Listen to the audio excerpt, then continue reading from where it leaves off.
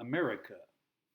Good people, terrible citizens, evil government. This is 2025. That's where we're at. Sad, sad, sad. Beyond sadness, we elected a terrible man to be president who's creating all sorts of tragic consequences to other people, telling all these different people in different departments that we don't need you anymore.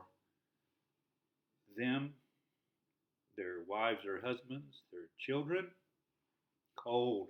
We are cold, cold-blooded, mean people. I didn't know. I voted for him, but I didn't think he'd do this. So of course you knew he'd do this. He said it all the way through.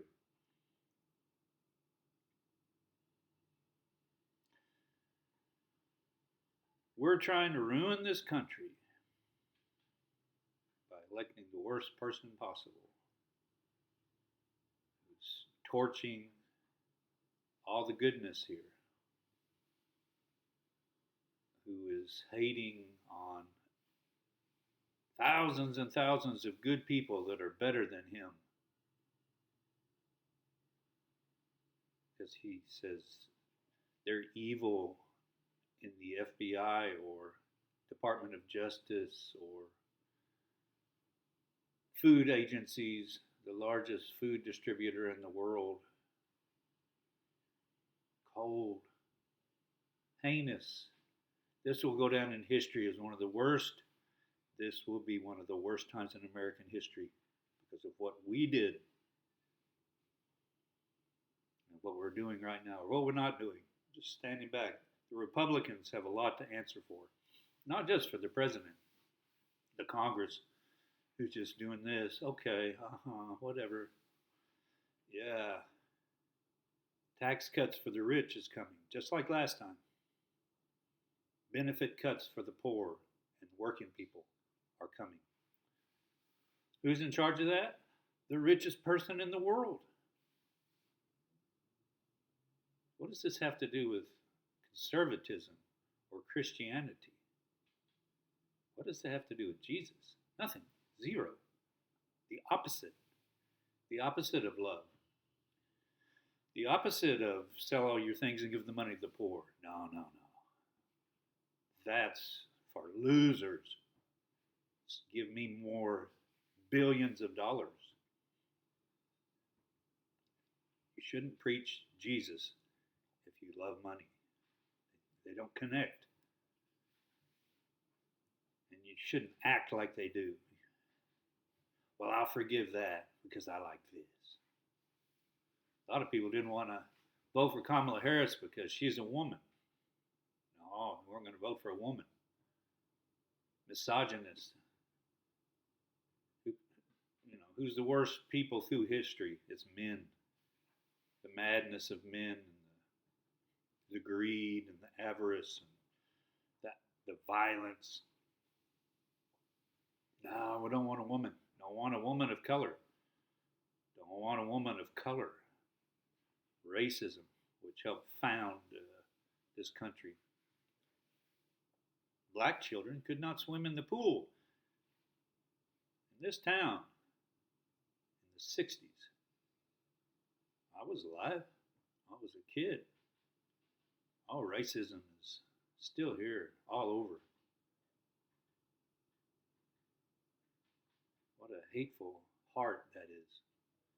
Don't tell me about God. If God exists, God made everything and everybody. And then you're trying to tell us, yeah, but these people are bad. These people are evil. This color is bad. This religion is bad. But not us. We're great. Yeah. Sad, sad, sad.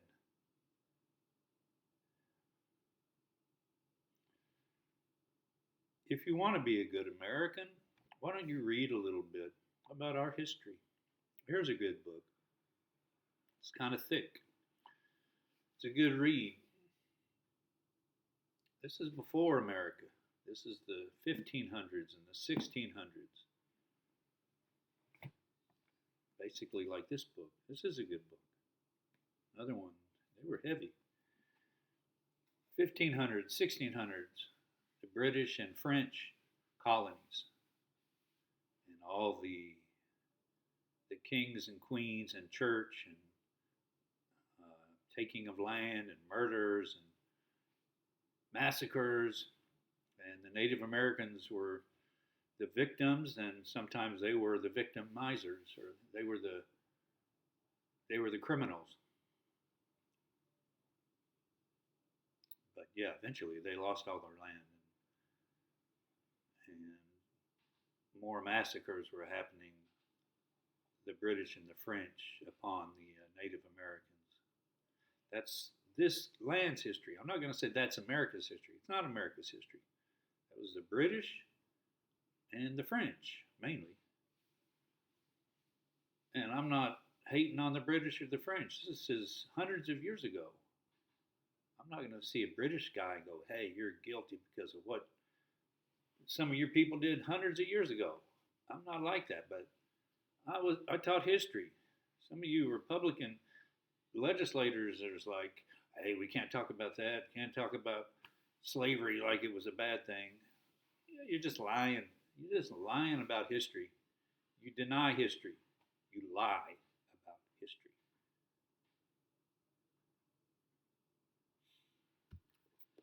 That's a good book. Joseph Ellis, he's written a lot of stuff. Did he get the Pulitzer for Founding Brothers? But I like this one. It's more like 300 pages. But Washington's very interesting.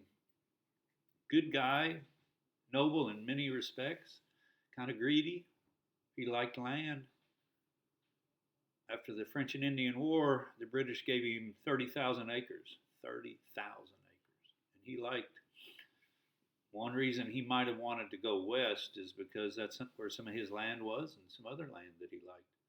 He liked land. He didn't really want to be president. He wanted to go back to Mount Vernon and be a farmer and, tell his slaves and workers, hey, plant this over here, plant that over there, let's build the chimney here on this new place, new house.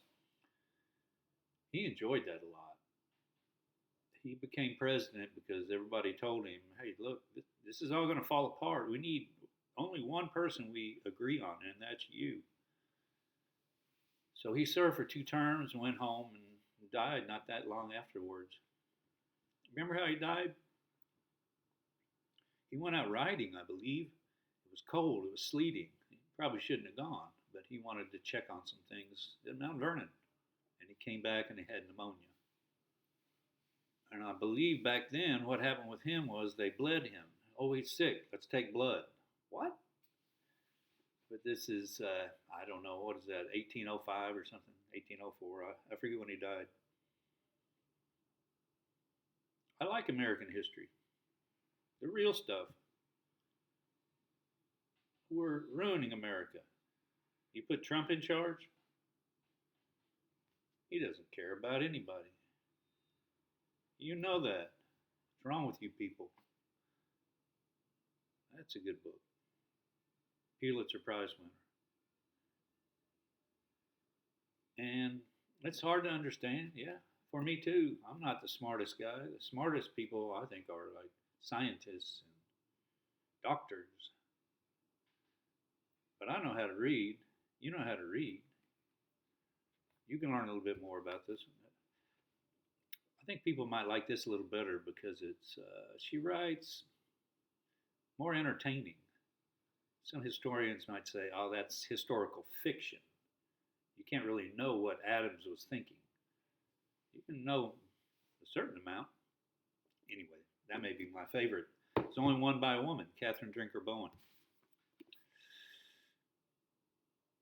This is by a lawyer who said he was in the Supreme Court arguing a case, and the other guy said some stuff, and he was like, is that right?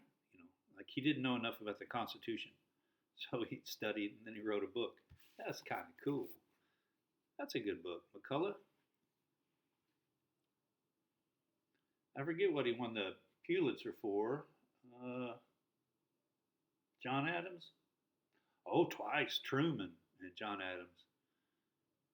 And I tried John Adams. I don't know why I didn't get into it, but that's a good book. This is supposed to be highly regarded.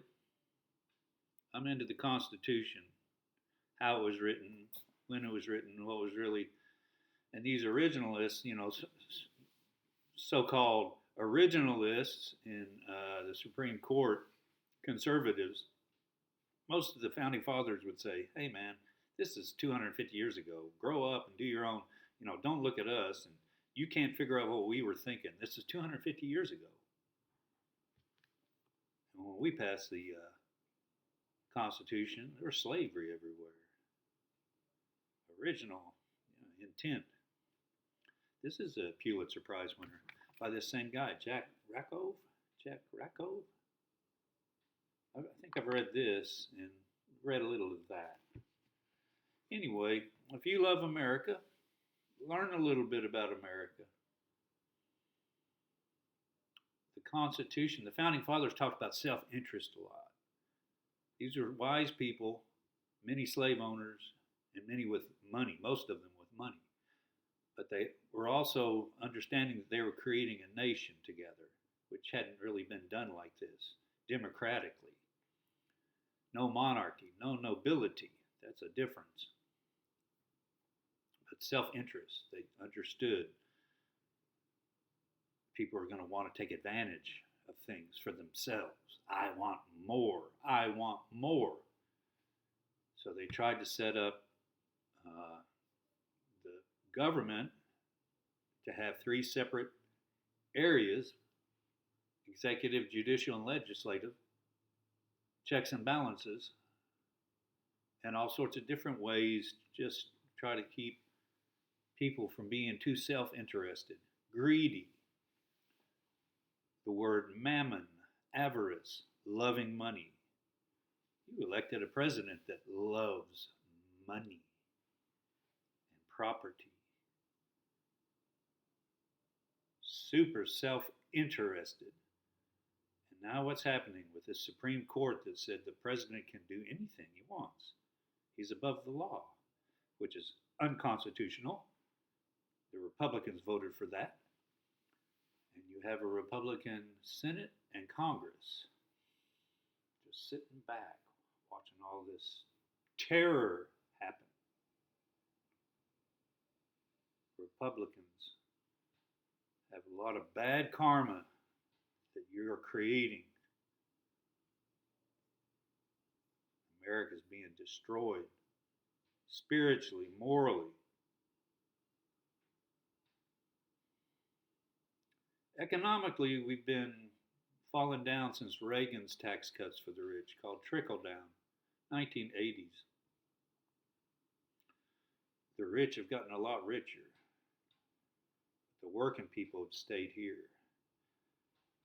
So the top 10% own over half of our net worth, and it's getting worse.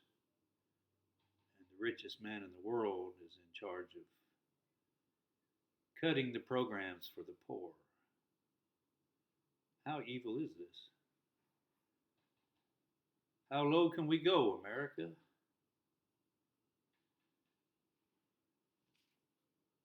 Good people, terrible citizens, and now an evil government. Jesus Christ. Godspeed, America. We move toward the light of loving each other more than we love money, and loving this planet instead of saying, oh, global warming, that doesn't even exist. Let's keep burning. And when the drought and the fires and the heat and the superstorms come, we'll just say, it's God's will. Yeah, it's God's will.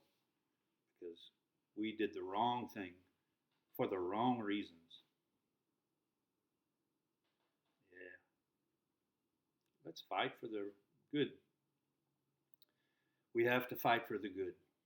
Me and you. America is good people. I believe that.